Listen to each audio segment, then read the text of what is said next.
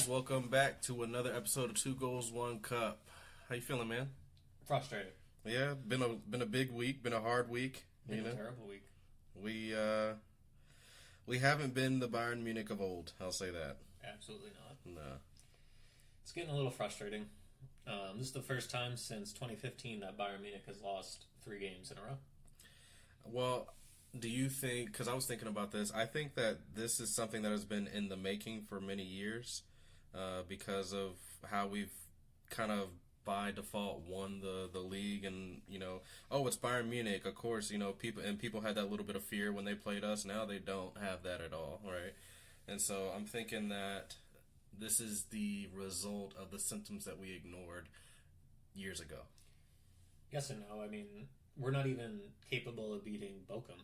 So 15th place. Well, not 15th anymore. Not 15th anymore. Plus 3 points. But we haven't been able to. We can't even beat them, and it's maybe that's part of the issue. But I don't think it's really anything to do with like a mentality set from 8 years ago, or things that we haven't addressed. Like, we've addressed the gaps as they show up in the team, and we're still not performing. At the end of the day, that's what it is. We're just not performing.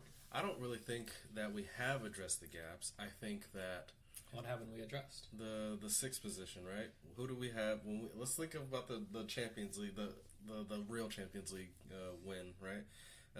When we had Javi Martinez there and Luis Gustavo, those types of players, even though we got other midfielders that could play right in the midfield, they were not sixes. Leon Goretzka, who we got, we moved Kimmich to the middle, and they are not that type of player. You know what I'm saying? As much as I think that they're great players, they are not that type of players. So we just ignored the gaps with the wingers, right? We never got any wingers, or were able to keep any wingers when Robbery was here, right? Because we kept ignoring that problem, that there's going to be a gap once Robben and Ribéry leave, and we never did anything to keep or get those players. And so for a while we didn't have any wingers besides Kingsley Coman, because who's going to come if they know they're going to sit on the bench? Yeah. I mean, going back to your point, like, about Kimmich, or not having a 6, like, the more I think about it, we have not looked good since Kimmich has moved into the midfield. And I like Kimmich. Oh, yeah. But we have not looked good since he's really been in the midfield.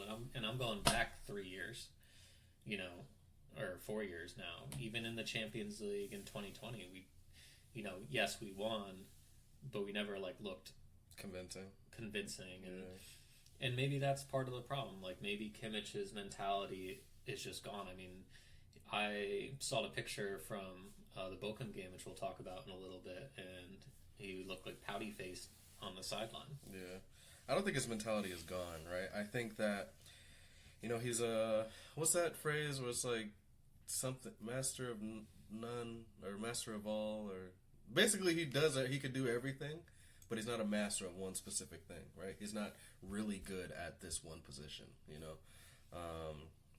I think we bought him as a center mid, right, from RB Leipzig or something like that. No, he played right back when we bought him. Yeah, when we bought him, I'm just saying, but he was playing as a center mid at Leipzig. I feel like that's true, but it might not be. I don't know. No, we bought him as a right back. He played right back under Pep. Pep moved him into the midfield one time, and he did well. Moved him as a center back too. Yeah, not as well. But yeah, I mean, I don't know. I think he is done with Thomas Tuchel, and I think that is bleeding across the rest of the team. Yeah, but I mean, no matter who the coach is, the fact of the matter is he's not good in the midfield. He can distribute the ball. He can play these diagonal balls. He has all the ability. He's not a good 6. Yes, but I think if we had a real 6 and then you decided to partner that 6 with Kimmich, that would work out perfectly. Yeah, that's why I was hoping we would sign Paulinho in the winter window. Yeah, but yeah, because what it does is it allows Kimmich the freedom to move forward, which is what he wants to do anyway. And it allows them to be a bit more creative. Yeah. Being able to link up. Now the problem is that he drops so far back. Even when we're playing with this CDM, like an actual 6, he still drops farther than the CDM to get the ball, like the center defensive mid. So that would be my only concern, is if we do bring in a very good, number 6, and he pushed Kimmich up to the 8 position, as a box-to-box midfielder, I still think he's going to try to drop too low. And I'm not saying I'm not saying you can't do that, but Kimmich's priority needs to be to link up between the attack and the defense / center backs. Yeah. And that's what we don't do well. But even the greats couldn't do that. They needed somebody that complemented them. Pirlo was able to do what he did, because he had a team with them. Busquets, Xavi and Iniesta were able to do what they did because they had Busquets. You know what I'm saying? So he has the capabilities to do that, but he can't do that without having someone to help him, like your Paulinho. Yeah, no, I agree. But yeah, so I mean, here we are, 3 losses in a row: Leverkusen, Lazio, Bochum. Dun dun. What more is there to say? I mean, this is the worst I've seen Bayern play probably ever. Yeah. And I've been following them for probably a good 15, 20 years, so, and that's saying something. I mean, this is the first time I can remember that Bayern Munich, after the Lazio game, obviously it was a 1-0 loss. We had 17 shots and not a single one on target. Mm-hmm. We had 10 shots off target, and they blocked 7, right? Harry Kane had the big chance, missed it. We had 10 shots from inside the box, not a single one on target. We had 7 shots from outside the box, not a single one on target. Yeah. With having, between the games, Bayern Leverkusen and Lazio, right? Having 1 shot on target is embarrassing between 2 games. I've never seen that happen. That's what I mean. But 180 minutes, 1 shot on target. Yeah. That's...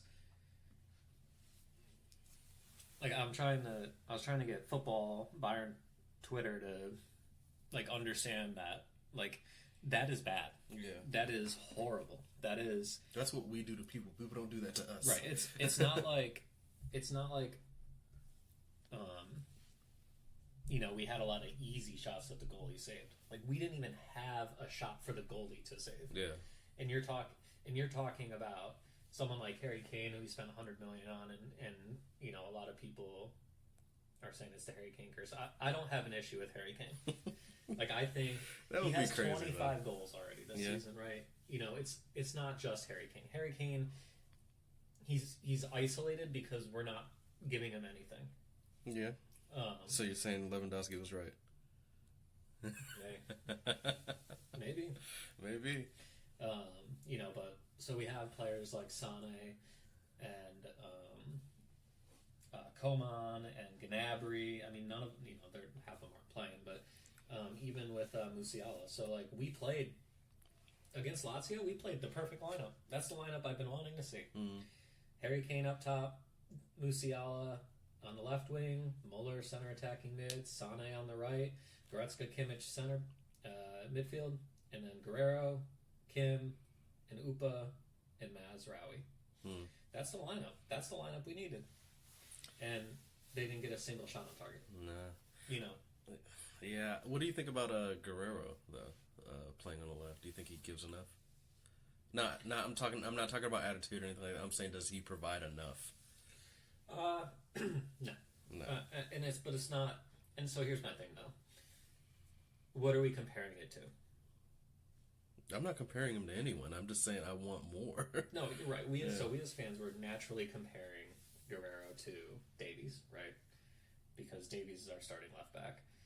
Davies is way more explosive, faster, has better tricks. I think Guerrero provides a little bit more stability in the back. Mm. It's not so chaotic in the defending, I think. But he doesn't provide much going forward either. No. Though he has 2 goals, so. I mean, Davies doesn't provide that much going forward either. Sometimes. But I'm not saying, I'm not comparing him to Davies. I'm just saying, I want more. And I want more from Davies, too. I mean, I want more from all the players, if that's kind of what you're getting at. Yeah, there's no passion. There's no aggression. There's no aggression at all. Yeah. There's no aggression when it comes to moving forward, winning the ball back. We just look soft. We're a shadow of ourselves. We look like a shell. Mm-hmm. Well, I agree. You know, and hiding behind the badge. That's what we're doing. We're hiding behind the badge. We're Bayern Munich. Of course we're gonna win. We always win. But now look at us, 3 in a row. I'm not saying it's a crisis or whatever, but start waking up. I think it's a crisis. I think we should be in full-blown crisis mode. What does crisis mode look like to you, though? I mean, we need it, and we talked about this on last episode. Like, I think it starts with the coach. You know, the team's not behind them. That's clear. Yeah. So, start with the coach. Change the coach. And the players need to understand that you got the rest of the year to earn your place, otherwise you're gone. So I'm not saying we're going to sell everybody and you know, panic buy a bunch of stuff. I'm not saying any of that. But I'm saying, you know, we have to start somewhere. So fire him now or fire him at the end of the season? I mean, we have watched the worst stretch in Bayern Munich history, so we're already 8 points behind Leverkusen. If Bayern Munich wants to potentially win the Bundesliga, I think you have to do it now. You have to do it now. If you are okay with not winning the Bundesliga and just saying, well, we didn't win the Bundesliga because Leverkusen, you know, had the best season they've ever had. Yeah, undefeated. And try to deflect from the problems that we have, then I think that's what the board's doing right now. Well, I don't think, I mean, I do agree with what you're saying. However, I don't think that but we've seen it happen. A mid-season takeover has turned the team completely around. We've seen that happen. But I'm saying somebody that's for the long term, we're not going to get them. No one's going to come mid-season, especially what's been going on right. No one good. And that's what I'm saying. That's why you need to just hire a caretaker. That's all we need to do. Yeah. Right now, we are linked with a number of coaches. Obviously, you remember we talked about Mourinho. Absolutely not. We got Zidane, which he's always waiting for the French national team. I would love that though. That would be really nice, but no shot. I don't believe it. I saw also Ole Gunnar. I don't want that. But I mean, you know, he's got passion. I know that much. Maybe he can inject some much needed passion into the team. So I mean, look, I'll say this. Even after the Lazio game, like I've been Tuchel out, like as we discussed on the last episode after the Leverkusen game, right? But I will say that while we did lose 1-0 to Lazio, it's not like Lazio outplayed us. You know, they won with a penalty because of Upa's red card, which was fully deserved. You're right. I mean, he had studs up straight into above the ankle, right? Jesus. And it's unlucky though too. Like it wasn't malicious by any means. But by the law of the book, that's a red card. And they scored the penalty, which is, you know, what they won off of. So I will say that 1-0 is definitely a scoreline in which we can turn around. Yes, of course. Yeah. Especially coming back home. But you know, that was my thoughts after the Lazio game, and then here comes this weekend's game where we lost 3-2 to Bochum. Right. I guess a positive is we had shots on target, so that's good. But you know, still losing 3-2 to the 15th place team, you know, you can't. Like, what is that? We did not play good. No, we didn't. And it started off great. It started off with Musiala getting a goal in the 14th minute, assisted by Leon Goretzka. We played really well up until that first protest. Yeah, and so that's the thing. Like, you know, I understand where the fans are coming from. Do you think that played a part in us losing? Yeah, I think so, because it got us out of our rhythm. Yeah. We were in a really good rhythm, and we just couldn't get it back after that first pause. Yeah. 15. That was 14 minutes. Yeah. So, you know, on their first goal, we were watching the replays, watching the game. You know, Kimmich tried to get the ball and just bounced off someone. It wasn't even like, where is the aggression there? You know, I'm not saying, you know, you have to maliciously foul him, but if you're going to jump up against someone like that, take him down. Mm-hmm. You know, and that's led directly to their chance. Yeah. Because Kimmich was not physical. We gave up a 3-on-2 and they scored. Yeah, he's like jumped and turned his back, and that was just a weird. Yeah. That was a weird challenge. Now, how we had like a Javi Martinez or a Paulinho or a Schweinsteiger even, you know, that player is going to the ground. Oh yeah. Casemiro would have taken his knees out. Oh, exactly. You know, and is that what we're missing? Like you said, we're missing aggression, but I mean, we're missing so much more than that. Yeah. And then 6 minutes later, like Bochum scored again off a corner. Mm-hmm. Nobody marking the guy. No one jumped. No one even jumped. They were rooted. No, I mean, it was Harry Kane's man. Harry Kane didn't jump. De Ligt tried to jump from behind Harry Kane. You know, and I'm not taking away from the goal. It's a great header. It was a free header from that range. Who's not scoring? We have free headers and miss all the time. So, but yeah. So, I'm a little perplexed by Thomas Tuchel though, because we started with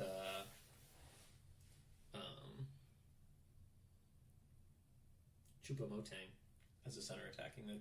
Yeah, that was interesting. Yeah. But I think it's because, you know, Sane has not been... I think he hasn't scored since October or November or something like that. Yeah, and so he has... That's that slump, right, that he goes through every once in a while where he's just... 5 months, though. Where he's just fucking lazy. You know what I'm saying? He just doesn't want to... He's not taking on players, right? You can't rely on speed every time. His passes are not there. You know, his first touch isn't there. He's making poor decisions. It looks like he's trying to go for a Meg every time. And trust me, I was that player going for the Meg every single chance I could.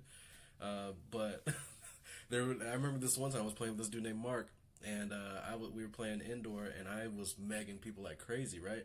But I started playing defense, and I kept trying to meg people, and I kept getting the ball taken from me. And Mark was like, you know, cut that shit out, right? And that's what you need. Hey, cut that shit out, and let's go, right? He's just watching. He might as well be on the bench. Yeah. We might as well play man down. Well, I mean, it's the way that Bayern plays. I mean, when Sane's on the wings, the ball goes out to him. He either A, has to try to beat the player, or B, he has to go backwards. Or cut in. He passes back or tries to cut in, and then when he cuts in, instead of taking a shot, he dribbles all the way to the fucking left side of the field and then passes it to Musiala. Yeah. And so this is my frustration with, you know, Bayern, is that nobody is making runs either. Like, no. You can watch the last 3 months of games and watch how little, you know, Harry Kane and our front line, how little they move. Yeah. They're not getting open for anybody. They're not getting into space. That's the problem. And that's why Harry Kane has to drop back to midfield every game, because he's like, dude, nothing's happening. Yeah. There is no link between our wingers and going forward. Like, that's a sad thing. You know, and I think there's a lot that plays into it, but I don't know. Did you see the news today? Mazraoui is going to be out for a couple weeks. No way. Yeah. That's who Upa came in for. Yeah, that is. So put Kimmich there. That's what I said. I said, great. Time for you to remember where you came from. Take one for the team, dude. Not even taking one for the team. No, I'm saying that sarcastically. Yeah. Like, yo, dude, you want to give everything for the team? Play right back. Put Pavlovic in. Put someone. Yeah. I mean, because Comrade Limer, though, he's coming back, though. He's inching closer. It's a sad day when we're excited about Limer coming back, right? But no. So, Sane came in the 63rd minute, and so did Zaragoza. Brian? Oh, yeah. He looked good. I thought he looked pretty good. I think they were pronouncing it like Byran or something. Byran? They were pronouncing it somewhere. B-Rad. Yeah, B-Rad. Yeah. But no, yeah, he looked good. He's that's what we need from Sane. Take on the man, beat the man, and Tell too was beating 2 players at once. Mm-hmm. Yeah, that's. I mean, I know Bayern had already signed him. We just paid a little more money to get him now, where he's coming in the summer. But up until he left La Liga, he was leading La Liga in successful dribbles and takedowns. Yeah, and that's good. Like that's what we want out of our wingers. But we didn't really get to see a 40-minute appearance from him because in the 77th minute, Upa elbowed the Bochum player and ended up getting a red card again for the second game in a row. And that was such a weird way he jumped to where the way he jumped. I don't feel like Upa is that type of player to throw an elbow, but I do think that was just. Why are you jumping that way? No, what it looked like was, he jumped up and was trying to go like this to get the leverage over the guy, yeah. and he instead of landing on his shoulder, he just straight elbowed him in the face. Like that's what it looked like to me. Yeah. And then for the second game in a row too, it's a penalty, of course, and Kevin Stoker scored to put it 3-1. Yeah. And then after that, Matthias Tell came in, and what did he do? 8 minutes. Matthias Tell played 8 minutes. Mm-hmm. He lit it up, though. He was on fire. Yeah. I think, though, that's his first goal involvement in a while, and so I think that's going to do well for his confidence. Yeah, I mean, he got an assist. He had 8.1 rating on SofaScore. Mm-hmm. And he played 11 minutes. That was the best out of any Bayern player. He had six dribble attempts, 4 were successful, 90% accurate passes, 3 key passes, 100% crossing, 2 big chances created, won most of his ground duels. I mean, like that's Tell is putting up numbers in 11 minutes that our wingers are not putting up for the previous 70 minutes. Yeah. And maybe that's a problem. And you know what? I credit Thomas Tuchel for taking Kimmich out of the game. Yeah, I didn't think that was going to happen. Yeah. He's not providing enough. And I give Tuchel credit for benching Sane too. Yeah. But at the same time, also blame Thomas Tuchel for the loss. The guy can't win. He can't win with you. He can't win with me. And, I'm done. I'm done with him. Yeah. Thomas Tuchel out. I'm saying it again. Yeah. So and I don't know what to expect going forward. Like we have Leipzig coming up.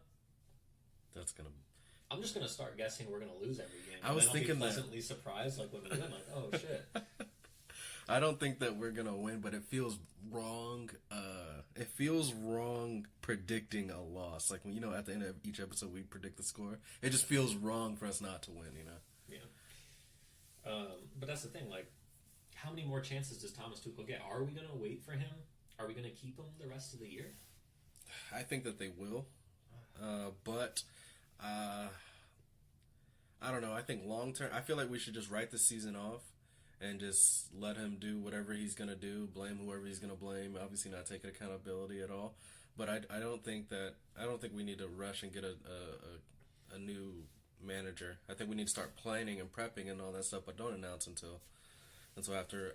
The way that we're playing. Yeah, we might be able to turn around freaking Champions League, Lazio, right? But I don't know, man. I don't think we need to rush anything or try to do because no manager is gonna do a turnaround for our whole season. It's not just the manager. I mean, Hansi Flick did. Yeah, but Hansi Flick is a different type of beast. What did he do? He just allowed the players to play the way they want to play. Did he allow them? He provided structure. Well, right. Yeah. As a head coach. Yeah.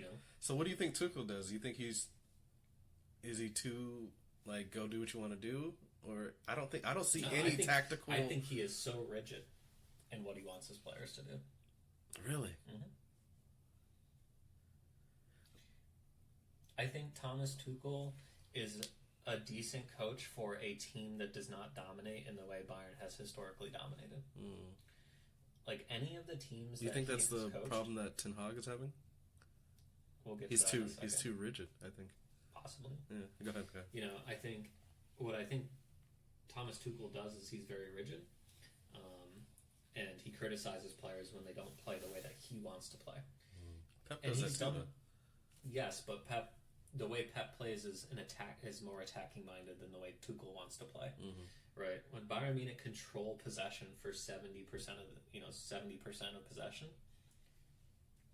your control, like your phases of control aren't going to work because the teams are just keeping everybody behind the ball. Well, yeah, especially when the control is passing from me to you. Right, and that's what I mean. Like it's very linear. It just goes back and let's go probe on this side and then go backwards. No, okay, we can't go that way. Let's go around to the other side. But it's being done too slowly. Yeah, like I can understand Tuchel's frustration in that, but at the same time, like that's just not working, and it's not going to work with the way our players are. Our players are good when they can run into space and they can take on opponents. Not, hey, I'm going to go take on this opponent now that we passed around the back line 3 times and there's 10 people behind the ball. Yeah, and I think too, like, I'm not saying you have to play counterattacking, right? That's not what I'm saying. No. But it needs to be quicker. It does need to be quicker, and I think we need to have more coming through the middle. We rely either on one wing or the other wing, and when they shut that down by putting 2 players on one of our wingers, then it's like they're like, well, I'm going to go backwards. I'm going to go backwards now, and it's so easy to figure us out now, right? There's so many. There used to be so many tools. We used to be a Swiss Army knife. Now we're a butter knife, and right, and that's kind of what I was talking about earlier, where we need Kimmich to be able to push farther up the field and be like that link between the two. And take on players, too. And we need our center backs to hit more progressive passes. Like, the progressive pass Dyer stat hits them. Is a little misleading, right? Because if the person's like 5 feet forward but out on the wing, the progressive pass. Yeah. What I'm talking about is the Boateng-esque type passes where you are hitting a long ball or you are hitting a ball hit with pace up the middle of the field, bypassing their first line of press and getting into that center attacking mid or the center mid. Yeah. We don't do those. We haven't done those. It's just into Kimmich, then back out to the wing, try to take on 2 players, get stopped, hit on a counter. Yeah. Every time. It's predictable. Like you said, we are playing so predictable. There's no and I understand that that's what the players are frustrated at. And that's kind of where I'm saying, like, you get rid of Tuchel and you bring in a caretaker and just say you have the expressive freedom to kind of do whatever, within a rigid, like within a system where you're playing a formation and there's certain roles and things like that. But we don't, like, if we continue with Tuchel, we're not going to win anything. No. You know what I mean? So what is it? Do you cut your losses now and just suck it up? Because the fans aren't going to like that. Yeah. Make Thomas Müller the player coach. I wish. That would be awesome. But really, like, give it to the youth manager. I don't care. I actually wouldn't be. You were talking earlier before we started recording that we were linked with Sebastian Hoeneß. Yes. I've always liked him. I've never heard of her. I've never heard of her in my life. But he's a good manager. He was a manager of Bayern too. A youth manager? Oh, okay. Yeah, we won the 3rd Bundesliga. Technically, we can't get promotion, but we won it with him as the coach. Well, snap! Let's just do it, man. Yeah.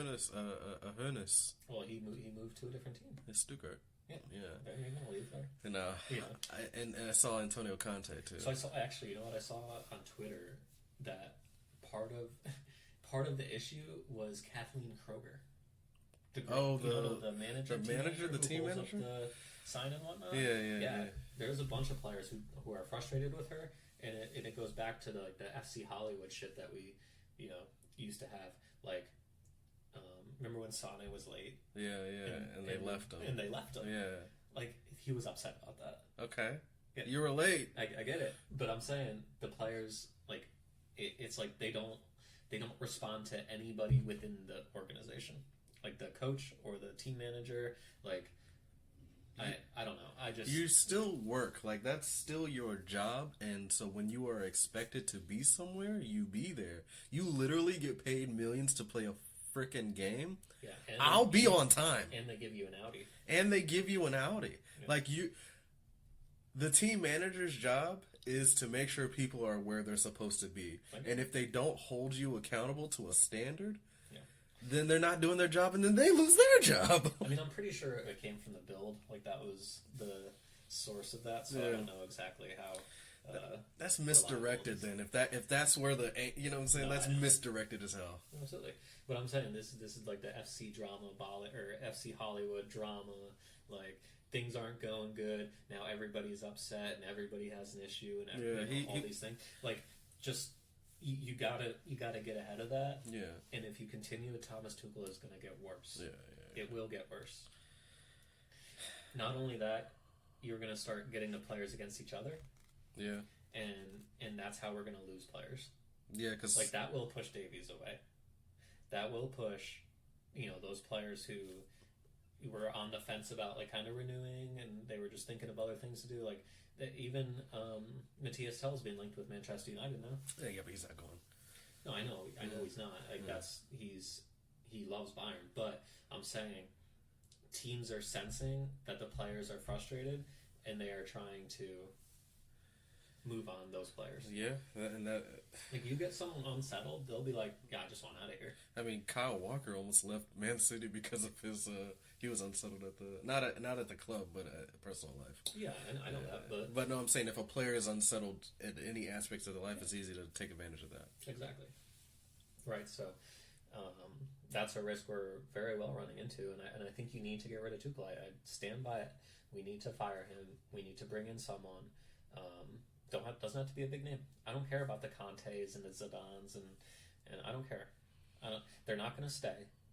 We all know who we're trying to get. Who? Xavi. Dude, that's... maybe. I hope so. You know what I mean? Like, he wants... reported he wants to stay in Germany, and who better to stay with? I mean, if Leverkusen win Europa League and win Bundesliga, he'll probably stay there for another year. Yeah. But, in the grand scheme of things, what is a year? Yeah, I think he'll stay because he wants to do he's got to want to do the Champions League with them. Yeah, I mean, well, maybe, because that team's about to get gutted. Oh, they are. You know what I mean? So, maybe he's like... But maybe it's one of those things like, Xavi's like, look, if y'all stay, I'll stay, type of deal. You know? Yeah, maybe. Because if they can keep that team intact and bring in some reinforcements or whatever the heck, man, they're going to be dangerous. Yeah, but, I mean, I don't think that's going to happen. Like... Do you think they're going to be like Union Berlin when they finally qualified and then they crumbled once they started playing bigger international? No, because Leverkusen's better than Union, but and they have the bench to back it up. But what I think is going to happen is there are players on Leverkusen who are vital to that team, who are going to leave this summer, like Jonathan Tah. I think is going to get bought because he has a release clause. Jeremy Frimpong has a release clause. I hope Bayern sign him. Side note, but so like you're going to be losing players, and it's not because the player can always say no, I don't want to go, right? But when you go from Bayer Leverkusen, and let's use Frimpong as an example, right? Frimpong as an example, if you are making $6 million a year at Leverkusen, for example, and a team like Chelsea or United or someone like that comes and they offer you double your wages. Leverkusen can't match that, right? So there is I think there is a certain limit to where players will be sticking around if Alonso stays, but I also think that there is a price point at which that loyalty is gone. Does that make sense? Yeah, it makes sense. It does make sense because what do they always say, that everyone has a price? Would you ever leave? Like if you were at Bayern Munich, ups and downs, would you ever leave? If I was a coach? No, if you were a player or coach, yeah. Oh, I mean... Well, coach, I mean, that's kind of hard. It's out of your... I look at even at work, like, I'm like, okay, new opportunity. Bye. Nah, I don't think I would ever leave, man. I think that... Well, but you grew up following the club, right? Like, yeah. Like, if you were Thomas Muller, you and I are like Thomas Muller, like, love Bayern Munich, I would 100% stay. No matter what. Yeah. But I also grew up being a fan of Bayern Munich, have ties to the team, the city, all that stuff. Yeah. Like, most of these players don't. Yeah. You know. Did you see the thing that Matthias Tell said about the number 9? How he was offered it, and I think, dude, that kid's just a gem, man. And I hope that he never leaves. I feel like he will be a legend, Bayern Munich legend at some point in his career. Yeah.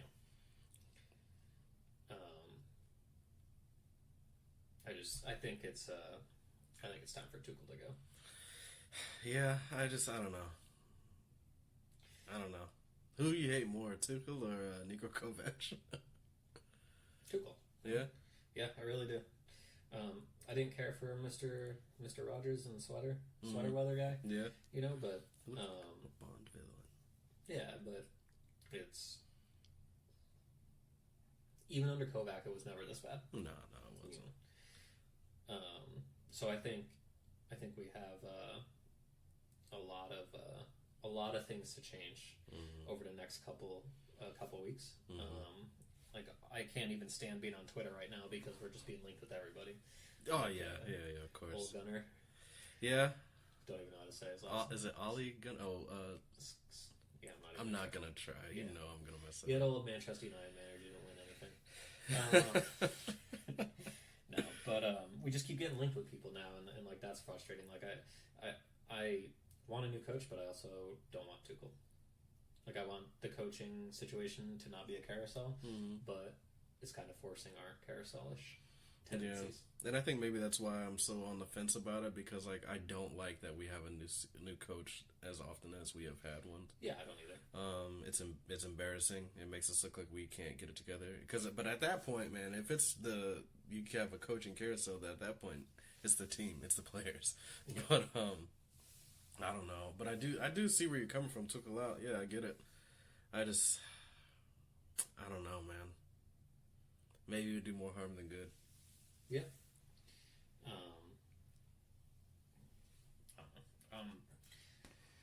I'm torn. Like, do we do a rebuild? Like, is it a coaching issue? Is it a mentality issue? Is it just a player issue? Formation? Like, what? I think it's a mentality.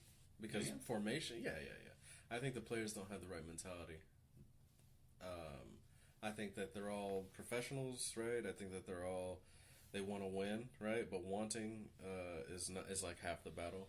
I think that they need a new mentality. They need somebody in there, the Thomas Müller in there type, to pull the team. Because you remember, he was pulling the team in the first half, right? Pulling them, telling them where to go and all that stuff, and then it just sizzled. But you need somebody to keep that mentality when they see Sane's walking or not taking on players, or encouraging them to do those things.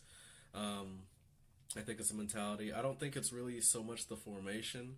I feel like these guys are professionals, so although the coach says to do one thing and that seems not to be working, then that's when you adjust, right? And not even just formation. If your left back goes up and you're the left wing, then you fucking track back while your left back is up on an adventure. Yeah, I don't know. I think it's more on the coaching side. I'll be honest. But they're not. They're not. They're professional players. They know. You know what I'm saying? Like, yes, coaching. Yes, it's awesome when you have a good coach. But there comes a point in time when you're like, okay, I've been doing this for so many years. I can make a decision for myself. Here's the way I look at it. Right. There's you need coaches for mid-table teams who want to get better. Oh, okay. You need to implement, a different philosophy and things like that. When you were playing at Bayern Munich or like Real Madrid or any of the big, the top 5 teams in the world, right? Are they really being coached? It's the mentality then, because I'm sure Ancelotti isn't coaching. I think he's instilled a mentality within the team. Right. But he instilled the mentality in the team. Mm-hmm.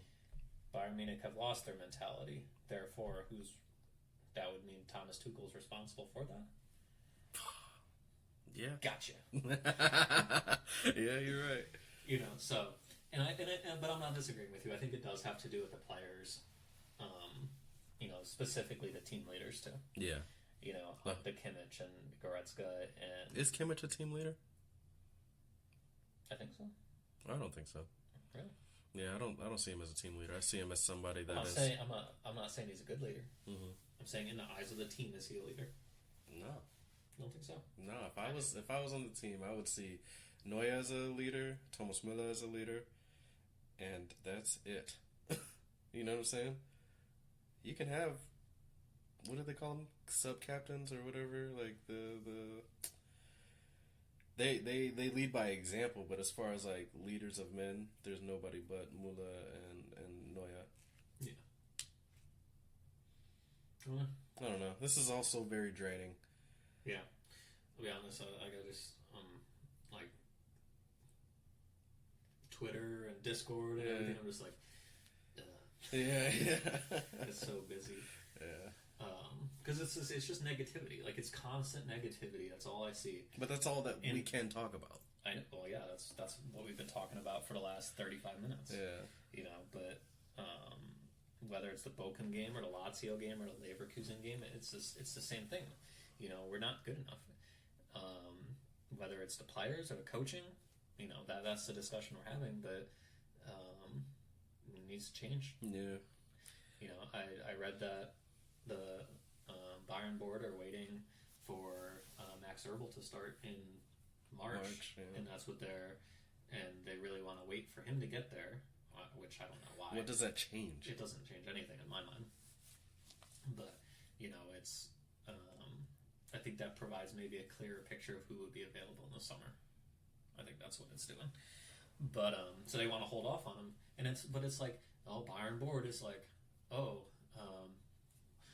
one more loss and we're going to sack him, guys. And then, like, they lose and it's like, oh, well, you know, we got to wait. We got to wait. We got to wait. Like, what is more damaging from a fan's perspective? The fact that you wait to fire this guy because someone else is, like, coming in and you know, as Max Erbel, I'm sure he's going to do great with Christopher Freund, but, like, what are you actually going to get from holding out? Like, at best, Bayern wins a few games. At worst, we don't. At worst, we lose against Leipzig. Leverkusen wins. We are now 11 points behind. Mm-hmm. What's worse? Dortmund's catching up. Mm-hmm. Right? So, are you okay with getting third in the Bundesliga just to, quote-unquote, provide stability? There is no stability. The team is against him. Yeah. The fans are against him. Like, what more reason do you need to fire a guy? Like, what is one more loss going to do besides definitely put our season out of reach? Like, at best, you fire him and you bring in a caretaker, and we win out the league, and Leverkusen drops points and we win. Like, that's best case scenario. That will not happen if Tuchel stays. No, it won't. Right. What's the more realistic one? We do well, Leverkusen drops points, we end up still losing the title, but at least, you know, Leverkusen earned it, right? The potential for the damage that Tuchel can do by staying, because the Bayern Board wants to save face about I think that's what that is. Is far worse than getting rid of him now and having a caretaker who doesn't work out. I don't think that they'll fire him until after we get kicked out of the Champions League. That's when I think it'll happen. I don't think so. I think if he does not get a result at Leipzig, they're going to fire him. They have to. Yeah, I kind of want us to lose. That's what I'm saying. I said the same thing at the Bochum game. I was like, you know, I'm torn, because part of me is like, yes, we need to win this game, but also part of me is like, well, if we lose, they probably will fire Tuchel. Yeah, I gotta stop doing that. I kept refreshing my phone. I was like, please. Yeah, everybody's been saying the same thing on Twitter, Discord. Like, why is he still here? I don't know. Yeah, it's sad. It's embarrassing, but we're still gonna keep on supporting. Well, yeah, absolutely. Yeah. I mean, that's another thing. Like, Bayern has a lot of loyal fans, and they want what's best for the team. Like, some of them are spoiled because they've never experienced a Bayern Munich who isn't winning. Yeah. Or not scoring 3 or 4 goals a game. So, you know, some are like, those aren't the fans that, you know, I'm going to say you really need to pay attention to. But who you do need to pay attention to are the ones who have been following for decades, who have watched a lot of Bayern Munich. Yeah. A lot of Bayern Munich. Watched them when they weren't winning the league. Mm-hmm. Watched them when they didn't win a Champions League in 2013. That was heartbreaking. Or 2012. 2012, yeah, but that was heartbreaking. Right. You know, those type of fans are the ones who are starting to turn to the Tuchel out train too. And if that's your fan base, then you need to listen to them. Mm. So, what do you think about the this weekend? Who do you think's or what do you think the score's gonna be? Leipzig? Yeah. I think Bayern's gonna lose 3-1. Yeah. So is your thing to let's start predicting that we're gonna lose so that we win? God, that feels so weird to me. No, it's not. I think it's gonna be 2-1. 2-1. Yeah. For Fuck. Leipzig, man. Yeah, I mean, the reason I'm saying that is because the very same Leipzig team dismantled us. Yeah. In the Super Cup. Now, granted, we didn't have Harry Kane starting, but with how Harry Kane has been playing, he's always a threat on goal. But right now he's not getting service, so it's basically that like playing ball from Musiala, where he outside of the foot, and all Harry Kane had to do, it was 1-on-1 with the keeper, man. This is your bread and butter. What you doing in training? What are you doing in training? No, look. No, I'm just joking. No, the ball bounced. Either way, I was gonna say, people might get mad at Harry Kane for missing a chance, like a big chance. Yeah. And I understand that completely. But the man also has 25 goals. You know what I mean? Yeah. So, you should have had 65 goals this year. Yeah, but I had 50. Yeah. You know what I mean? And I think that Harry Kane provides the finishing touch that Bayern needs in a fluid team. Oh, yeah. The problem is that Bayern is not a fluid team. Do you think he'll do well if we get a coach in that wants to press from the front? What do you mean? Because Harry Kane is not a very fast person. He does better with the build up and all that stuff. But if you want your forward to be a Mandzukic who's pressing that back line, literally basically sprinting at him, or Olic sprinting at him the whole time, do you think he'll do well with that system? No, because Harry Kane's not a target man. Mandzukic was a beast. It's a different kind of play style, but I don't think Harry Kane would drop as deep as he has been if Bayern was playing well. Yeah. He would sit on that last defender's shoulder. Yeah. Or maybe in front of him. But, I think that I don't think Harry Kane would do well in a very high press formation / team instruction, but that's not to say that we can't do it. Yeah. The balls that he's playing when he drops back is what Kimmich and Goretzka need to be doing. 100%. Yeah. What do you think? Do you think he would do well? No, I don't. Hopefully whoever comes in next uses his strengths instead of trying to make him a different player. Yeah. I just don't see it happening. No. I don't know. I don't really have much more. Yeah, me neither, man. I'm just heartbroken. It's been a rough week. I think a lot of this is what makes or breaks a lot of Bayern fans. But just everyone needs to remember that Bayern will be around. Yeah. Bayern will come back. We will survive. Yeah. We talked about in previous podcasts. Us winning the league, not winning the league, might be a huge blessing. Yeah, it's going to be It's exactly what we need. I guess we'll see what the summer brings. Hopefully some changes. But either way, Bayern Munich will still be around. Yeah, baby, and so will we. Yep. See you next week. See ya.